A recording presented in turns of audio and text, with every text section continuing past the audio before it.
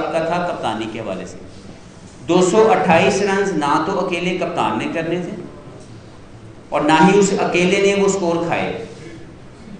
तो ये जितनी भी ये जो नाकामी हुई इस मैच के अंदर, उसके तमाम जिम्मेदार प्लेयर हैं, तमाम लोग, और मैनेजमेंट है। क्योंकि मुझे ये लगता है एक स्टेटमेंट मैंने सुनी कि हमने 3 माह से कोई मैच नहीं हारा हुआ था, और ये बात मुझे समझ इसलिए नहीं आई कि 3 माह की कामयाबी आपको लाइसेंस नहीं देती कि आप एक ऐसा बुरा मैच हार लें। ये मेरी समझ ये कहती है। तो मैं समझता हूँ कि इस मैच को लेके तकलीफ बहुत है, क्योंकि ये इंडिया के खिलाफ था और बिगेस्ट मार्जिन ऑफ डिफीट है पाकिस्तान के लिए। ऑब्वियसली हर चीज़ का कुछ ना कुछ कोई ना कोई एक टाइम होता है वो रिकॉर्ड बनने का, तो शायद वो बुरा टाइम था पाकिस्तान का कि इतना बुरा रिकॉर्ड बना, क्योंकि मुझे लगता है कि पाकिस्तान टीम बहुत बेहतर टीम थी और पहले मैच में जो पूरा नहीं हो सका उसमें पाकिस्तान के लिए बड़े अच्छे चांसेस थे। लेकिन जो वो मैच था वो ऑब्वियसली उसने डैमेज किया, जो मुझे लगता है पाकिस्तान के मेंटल स्टेट को। उस मैच के हारने के बाद जिस तरीके से श्रीलंका के खिलाफ मैच हारा गया, वो मुझे लगता है कि दिमागी तौर पर हम लोग उस जोन से बाहर नहीं निकल सके एज ए टीम, जब हमें इंडिया के खिलाफ शिकस्त हुई। और उसका प्रेशर भी बहुत होता है जब आप मैच ऐसा बड़ा हारते हैं। लेकिन मैं इसको कंक्लूड ये करूँगा कि सारे मामले के अंदर किसी एक को जिम्मेदार ना ठहराया जाए। मैं फिर ये कहूँगा कि इवेंट के फाइनल तक भी तो हम लोग ही पहुँचे थे, तो वो किसकी वजह से पहुँचे? अगर हम फाइनल हारने के ऊपर जिम्मेदार कप्तान को ठहरा रहे हैं, तो फाइनल पहुंचने की जो क्रेडिट है वो कप्तान को क्यों नहीं देते? तो एक शख्स को कम से कम इसके ऊपर मुजरिम ना बनाएं और तमाम रिजल्ट्स को जो है वो इवेलुएट करें कि अच्छा होने की क्या वजूहात थी और बुरा होने की क्या वजूहात है। तो मैं ये ज़ाती तौर पर मैं किसी की फेवर में नहीं हूँ, लेकिन मैं ये समझता हूँ क्योंकि मैं खुद भी कप्तान रहा हूँ, मैंने खुद ये फेलियर चखे हुए हैं। वर्ल्ड कप के अंदर जब आप हारते हैं तो बहुत ज़्यादा जो है वो तकलीफ होती है, आपको भी एज ए प्लेयर भी और ऑब्वियसली आवाम और तमाम लोगों को भी।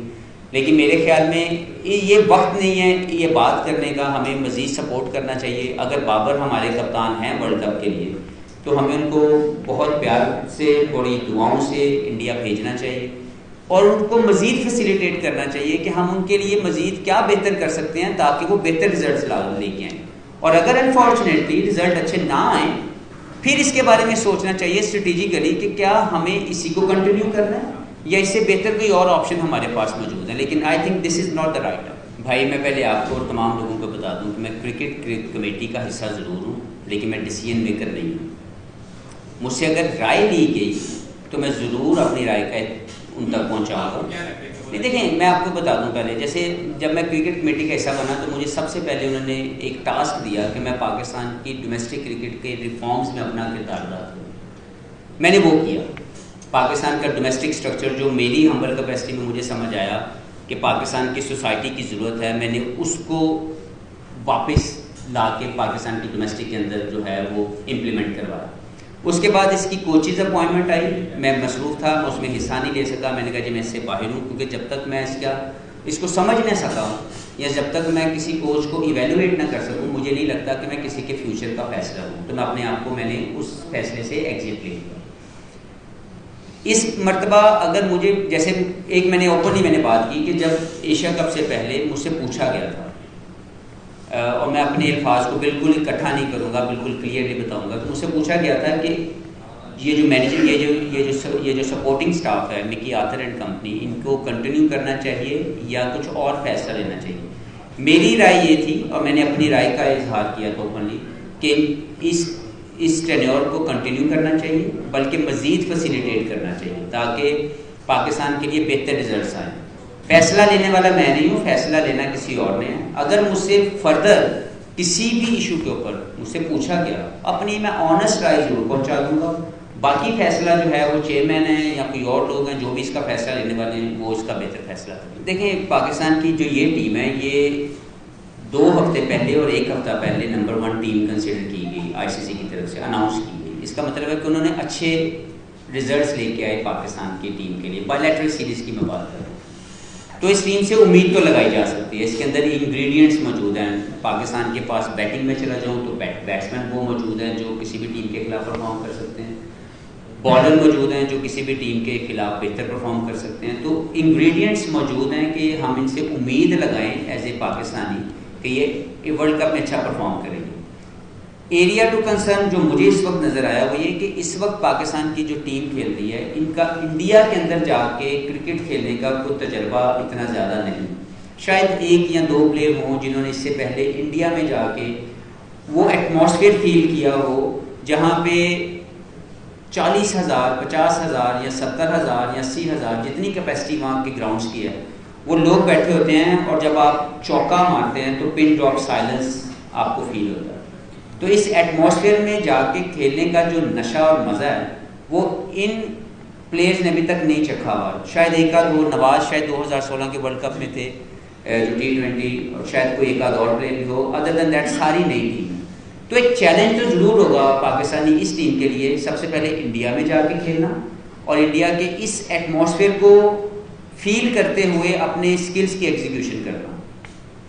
तो ये चैलेंज ज़रूर है, लेकिन मैं समझता हूँ कि हमेशा प्रोफेशनल क्रिकेट के अंदर आपके पास चैलेंजेस आते हैं और आप उसको एम्ब्रेस करते हैं और आप उसमें परफॉर्म करते हैं। तो उम्मीद लगानी चाहिए, मैंने भी लगाई भी है, आप भी लगाएं, और इसको बेहतर रिजल्ट्स लाने के लिए ज़ाती तौर पर मैं क्या समझता हूँ कि दिल से हमें इनसे प्यार करने की ज़रूरत है और इनको मज़ीद सपोर्ट करने की ज़रूरत है। अगर पहले ही मैं किसी चीज़ के बारे में नेगेटिव सोचना शुरू कर दूँगा तो रिज़ल्ट भी हो सकता है नेगेटिव ही आए। लेकिन अगर मैं कोई भी ज़िंदगी में काम करने जाऊँ और अगर उसकी सोच मेरे यहाँ पे पॉजिटिव है, वो ऑटोमेटिकली एक पॉजिटिव एनर्जी मेरी बॉडी में देगी, दिमाग से, कि मैं अच्छा और बेहतर परफॉर्म करूँ। तो मैं ज़्यादा तौर पे ये समझता हूँ कि पहले मैं अपनी हम्बल कैपेसिटी में कहीं पे भी बैठा हूँ, मैं डिसीजन मेकर हूँ या एक फ़ैन हूँ, मैं अपनी इस टीम को फुली बैक करूँ, फुली सपोर्ट करूँ और इनको दुआओं और प्यार के साथ यहाँ से भेजूँ और उम्मीद लगाऊँ कि ये बेहतर परफॉर्म करें। देखिए, डिफरेंट पर्सनैलिटीज़ वेरी करती हैं। सबसे पहले तो पाकिस्तान अनप्रेडिक्टेबल होने की सबसे बड़ी खुशी हम खुद मनाते हैं। वो 92 का जो वर्ल्ड कप जीता था ना, वहाँ से हमें टैग मिला था कि वी आर अनप्रेडिक्टेबल, तो वो आज तक हम उसकी खुशियाँ मनाते हैं। तो अनप्रेडिक्टेबल होना बुरी बात नहीं है, लेकिन राइट वे में होना ज़रूरी है कि आप ज़्यादा बेहतर जो है परफॉर्म। तो मैं आपके सवाल, तो ये एक बुरी हर बात नहीं है, लेकिन अनफॉर्चुनेटली अगर हम अपनी सोसाइटी में जाएं तो हम भी अनप्रेडिक्टेबल हैं। हम सब लोग कहीं ना कहीं बैठ के अनप्रेडिक्टेबल जोन के अंदर अपनी अपनी ज़िंदगी गुजार रहे हैं। तो वो जो प्लेयर हैं वो भी इसी सोसाइटी के हैं। जो आप कह रहे हैं कि कंसिस्टेंट इनफ नहीं है, यस, ये एक ऐसा सवाल है जो पूरी दुनिया के प्लेयरों से पूछा जा सकता है। जो भी टीम है, फ़र्ज़ करें सबसे कंसिस्टेंट टीम ऑस्ट्रेलिया को कंसिडर किया जाता है कि वो होम एंड अवे के अंदर जाकर परफॉर्मेंसेस देती है। अभी रिसेंट पास में रिफॉर्म्स करने के बाद या इस चीज़ को समझने के बाद कि मॉडर्न डे क्रिकेट के मुताबिक हमने परफॉर्मेंसेस देनी है, जो सबसे बेहतर डेवलप टीम हुई है वो इंग्लैंड की टीम हुई है। पिछले 8 साल में, 7 साल में जितना परफॉर्मेंस का ग्राफ इंग्लैंड ने अपना बढ़ाया है, वो सिर्फ और सिर्फ इसलिए कि उन्होंने मॉडर्न डे क्रिकेट को समझ लिया। हम थोड़े पीछे हैं, मैं ज़ाती तौर पर समझता हूँ कि हम मॉडर्न डे क्रिकेट के मुताबिक ना तो इक्विप्ड कर पा रहे हैं अपने प्लेयर्स को, ना फैसिलिटेट कर पा रहे हैं अपने प्लेयर्स को, जिसकी वजह से इंजरीज के इशूज़ भी हमारे साथ आते हैं और उसी की वजह से वो रिफ्लेक्ट करती है हमारी परफॉर्मेंस के अंदर। तो सबसे पहले ज़रूरी ये होगा कि जो भी हमारे लोग गवर्नमेंट लेवल के ऊपर या पाकिस्तान क्रिकेट बोर्ड के वो लोग जो इसका फ़ैसला ले सकते हैं, जो डिसीजन मेकर हैं, वो राइट रिफॉर्म्स करें पाकिस्तान की क्रिकेट के अंदर जो ज़रूरी हैं मॉडर्न डे क्रिकेट के मुताबिक। तो मुझे ये लगता है कि अगर ये काम किया जाए तो जो आपका गिला शिकवा है वो कहीं ना कहीं मेरे दिल में भी मौजूद होगा, उस यहाँ पे जितने लोग बैठे हैं उनके दिल में भी मौजूद होगा। लेकिन दूर करने के तरीके के ऊपर चलने का जो मुझे समझ में आती हुई है कि हम राइट रिफॉर्म्स करें और फैसिलिटेट करें मॉडर्न डे क्रिकेट के मुताबिक अपने क्रिकेट को, जो कि अभी मुझे लगता है कमी है।